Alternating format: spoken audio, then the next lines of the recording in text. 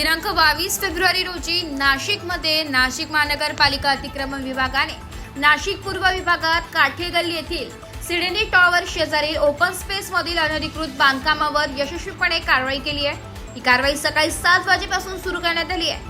येथील पिराला धक्का न लावता इतर बाजूचे अतिक्रमण काढण्यात आले असल्याची माहिती मनपाच्या वतीने देण्यात येत आहे। या कारवाईचा प्रारंभ येथील ओपन स्पेस मध्ये अनेक वर्षांपासून अस्तित्वात असलेल्या हजरत पीर बाबा दर्ग्याचे दर्शन घेऊन करण्यात आले, ज्यामुळे धार्मिक भावनांचा आदर राखण्यात आलाय। नाशिक महानगरपालिकेच्या आयुक्त मनीषा खत्री यांच्या मार्गदर्शनाखाली आणि अतिरिक्त आयुक्त स्मिता झगडे यांच्या नेतृत्वात अतिक्रमण उपायुक्त डॉक्टर मयूर पाटील यांच्यासह विभागीय अधिकारी राजाराम जाधव यांच्यासह इतर विभागीय अधिकारी व मनपाच्या 4 विभागातील अतिक्रमण विभागाच्या कर्मचारी टीमने ही यशस्वी कारवाई केली।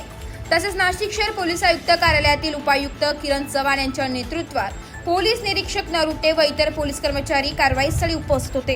कारवाई दरम्यान काठे गल्ली परिसरात व शहरात इतरत्र चोख पोलीस बंदोबस्त ठेवण्यात आला होता व जमावबंदीचे देखील आदेश जारी करण्यात आले होते।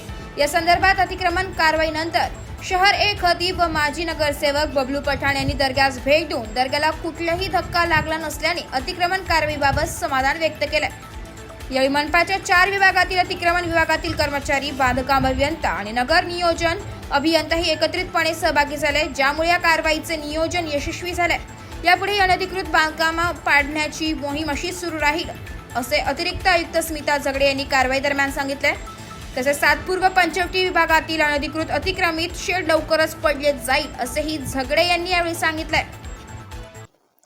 मागील काही दिवसांपासून नाशिक शहरामध्ये एका धार्मिक स्थळाच्या काही अतिक्रमणाबाबत काही मेसेजेस सर्क्युलेट झालेले होते सोशल मीडियावर आणि त्याच्यामध्ये नाशिक महानगरपालिकेच्या विरुद्ध आंदोलन करणार अशा प्रकारचा मजकूर होता।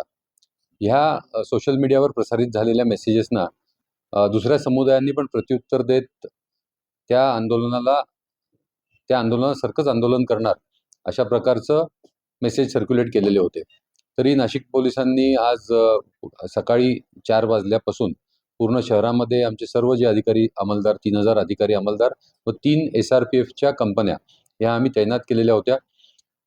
नाशिक महानगरपालिकेने काही अनधिकृत बांधकाम तोडण्याची काही कारवाई केलेली आहे त्या ठिकाणी आणि ही कारवाई जी आहे ही दोन्ही जे समुदाय आहेत त्यांना समजावून सांगण्यात आली आणि जे सर्व आंदोलन करणारे लोक होते दोन्ही बाजूचे यांनी त्याच्यावर समाधान मानलेलं आहे आणि नाशिक पोलीस जे सर्व लोक ज्यांनी आम्हाला सहकार्य केलं त्यांचे आम्ही आणि हा आजचा दिवस आणि आजचे आंदोलन आणि आजचा जो बंदोबस्त आहे तो शांततापूर्णरित्या आपण पार पाडलात ह्याच्याबद्दल आमचे आभार आहेत आणि ज्या नागरिकांना आम्ही ट्रॅफिक डायव्हर्ट केल्यामुळे काही त्रास झाला त्याच्याबद्दल नाशिक पोलीस आपली दिलगिरी व्यक्त करतात।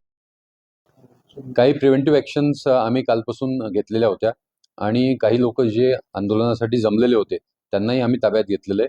आम्ही जुना 144 आणि नवीन 163 खाली ऑर्डर्स की जमावबंदी होऊ नये याच्यासाठी आम्ही ऑर्डर पारित केलेल्या होत्या आणि ही जी लोक ताब्यात घेतलेली आहेत तर त्यांचा प्रत्येकाचा काय रोल आहे त्याप्रमाणे त्यांना समज द्यायची की त्यांच्यावर कारवाई करायची ह्याचे निर्णय घेण्यात येतील।